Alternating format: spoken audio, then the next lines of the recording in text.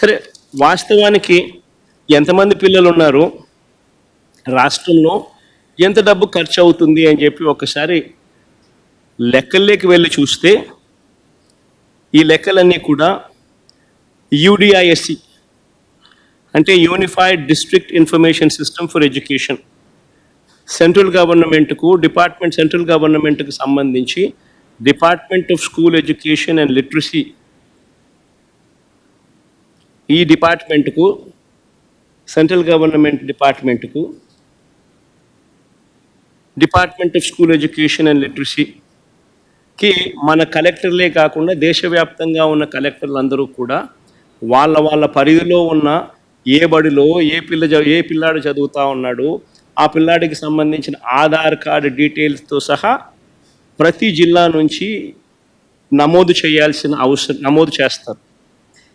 That is called యూడిఐఎస్సి, unified district information system for education.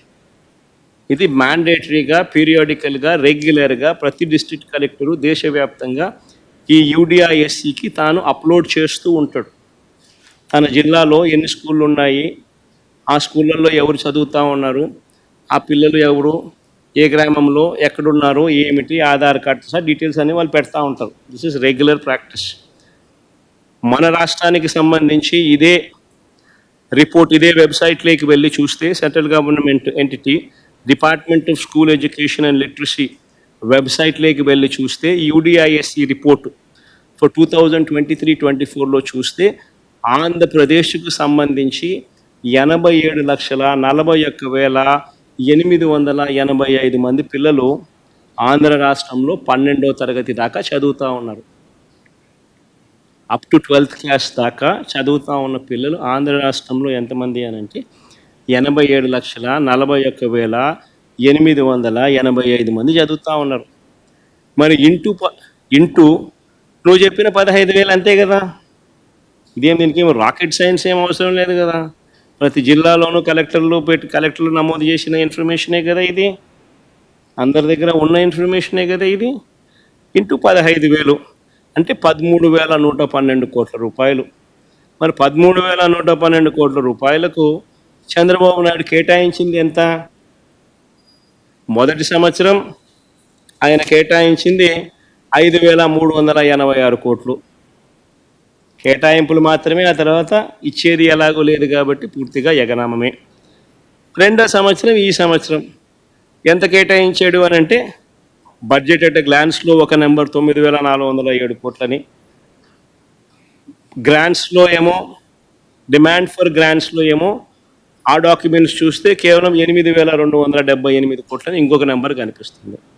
కానీ ఎక్కడైనా కూడా 13,112 కోట్ల రూపాయలు 13,112 కోట్లు అనేది ఎక్కడా కనిపించదు. ఎందుకంటే ఎలాగూ ఇచ్చేది లేదు, ఎలాగూ మోసం చేయడమే, ఏదో ఒక నెంబర్ పెట్టాలి కదా అని చెప్పి నడిపిస్తూ ఉన్నారు. ఈ ఒక్క పథకం ద్వారానే ఇప్పటికే ప్రతి పిల్లాడికి చంద్రబాబు నాయుడు 15,000 బాకీ పడ్డాడు. 15,000 ప్రతి పిల్లాడికి చంద్రబాబు నాయుడు ఇప్పుడే ఎగనామం పెట్టాడు. ఈ సంవత్సరం బడ్జెట్ కూడా లెక్కేసుకుంటే ప్రతి పిల్లాడికి చంద్రబాబు నాయుడు 30,000 రూపాయలు ఎగనామం పెట్టినట్టు అవుతుంది, బాకీ పడినట్టు అవుతుంది.